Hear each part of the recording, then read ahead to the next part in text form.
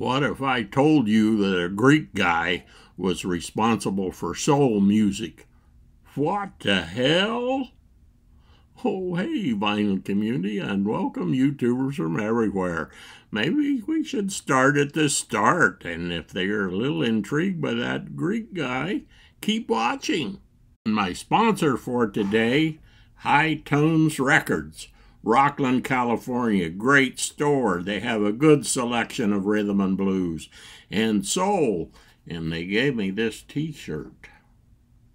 Early soul came about in the 1950s, and it was derived from rhythm and blues.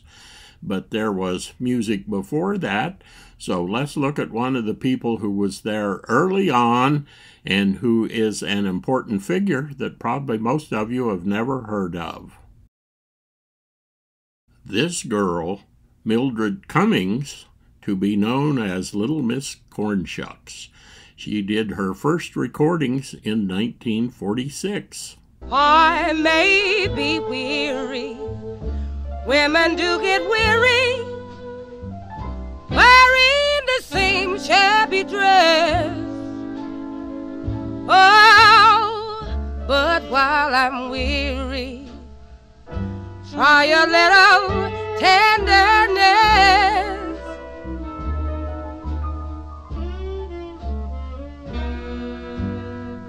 I may be waiting, just anticipating things I may never possess. Oh, but while I'm waiting, try a little tenderness. That tune, Try a Little Tenderness, influenced Aretha Franklin, who made that one of her early hits. So who was this girl, Little Miss Cornshucks? An interesting person, and like lots of these people, most people never heard of them, even though they were highly influential. Johnny Ray said that her style was a major part of what influenced him. Laverne Baker was influenced by her. Ruth Brown copied some of her stuff. We just heard about Aretha, and of course Otis Redding referenced her, and so did Sam Cooke. She was influential, and she was there when the transition happened from rhythm and blues to soul. She was born in 1923 and died in 1999, so she was around for a long time. But she didn't live long enough in her lifetime to get the recognition that some people now give her. Thankfully, there is quite a bit of information about her on the internet, and if you're interested, you can dig around a little bit, and she had kind of a fascinating life.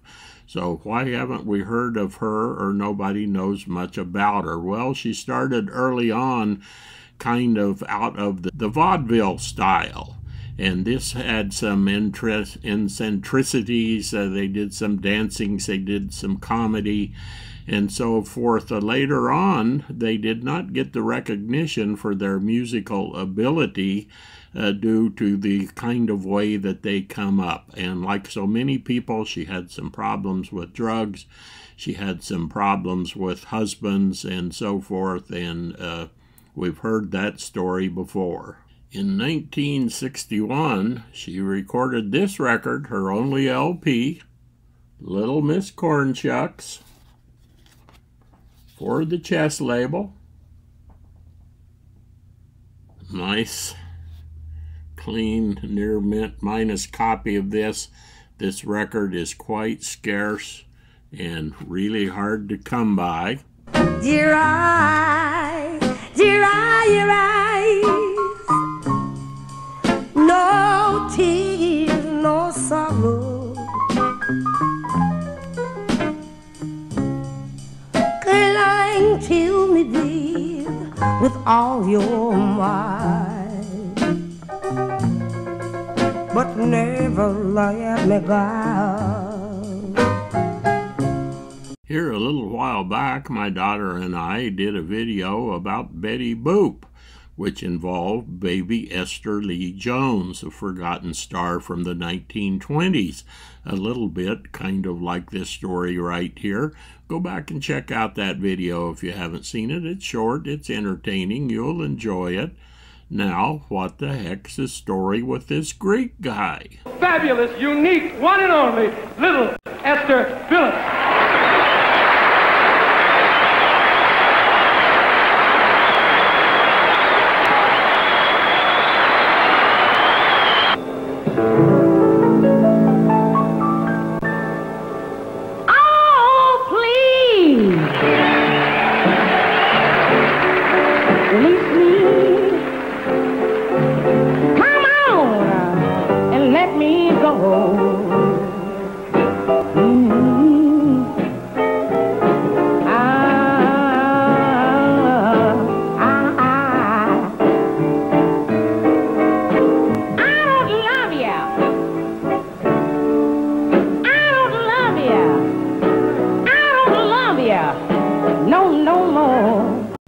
Little Esther Phillips from 1962.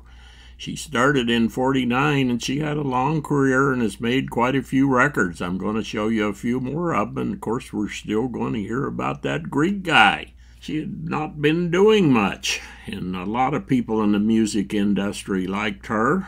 1962, thereabouts, Kenny Rogers, who was doing pretty good at the time, gave her a hand, helped her get a recording contract.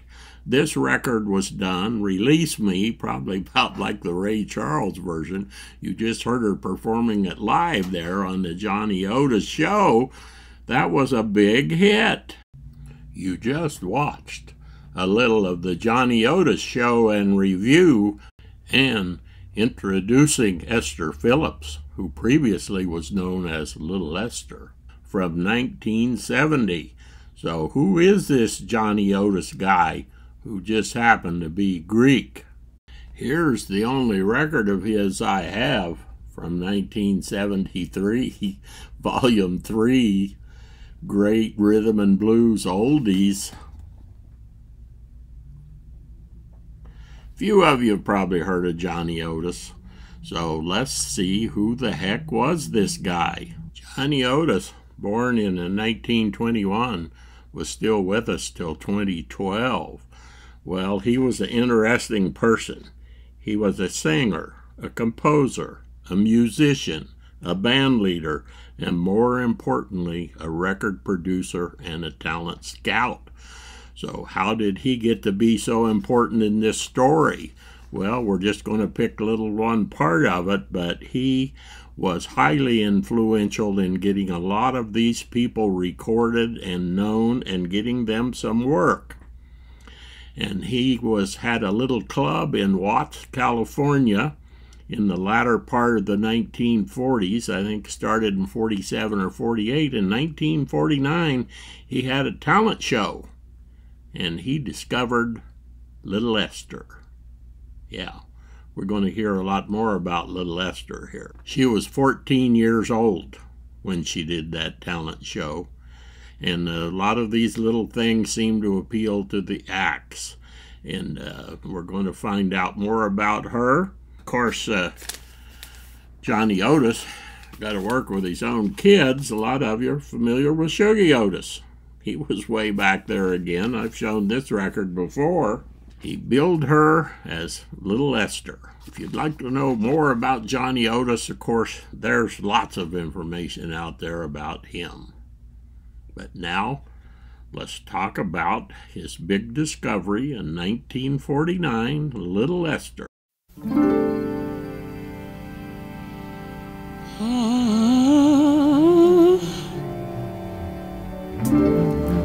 From a whisper in the wind to a loud, loud scream, a message came that I'd lost you,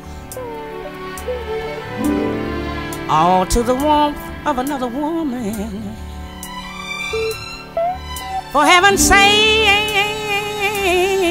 babe, I'm begging you, just don't leave me. Are the other records I have. The best songs Little Esther ever recorded. This recording, 1959. This is a 1987 reissue on the King label. Good record. Esther Phillips, I'm not going to take all these out. She was known early on as a great blues singer. Ahmet Ertegun, the guy that founded Atlantic Records, he said she was the best blues singer he ever heard. Well, here from 1973, recorded at the Rudy Van Gelder studio, and Rudy Van Gelder in the Dead Wax, Esther Phillips, Black Eyed Blues. Of course, as a big blues fan, you know I'm going to have that. If you like that kind of music, here's one, Esther Phillips, Confessing the Blues, still in the shrink. It's not just in the shrink, it's still sealed. So you can find these things out there for a modest price. Here's an interesting one with an interesting cover. Yeah, from 1975, Disco. She did it all. And she had a hit on this record, What a Difference a Day Makes. Yeah, that tune as a disco version. And the last one I have, For All We Know, Unforgettable, Fools Rush In, Fever, Caravan, a nice variety of stuff. So that's my show for today, folks, and I say keep 'em spinning and see you all down the trail. Happy trails to you until we meet again.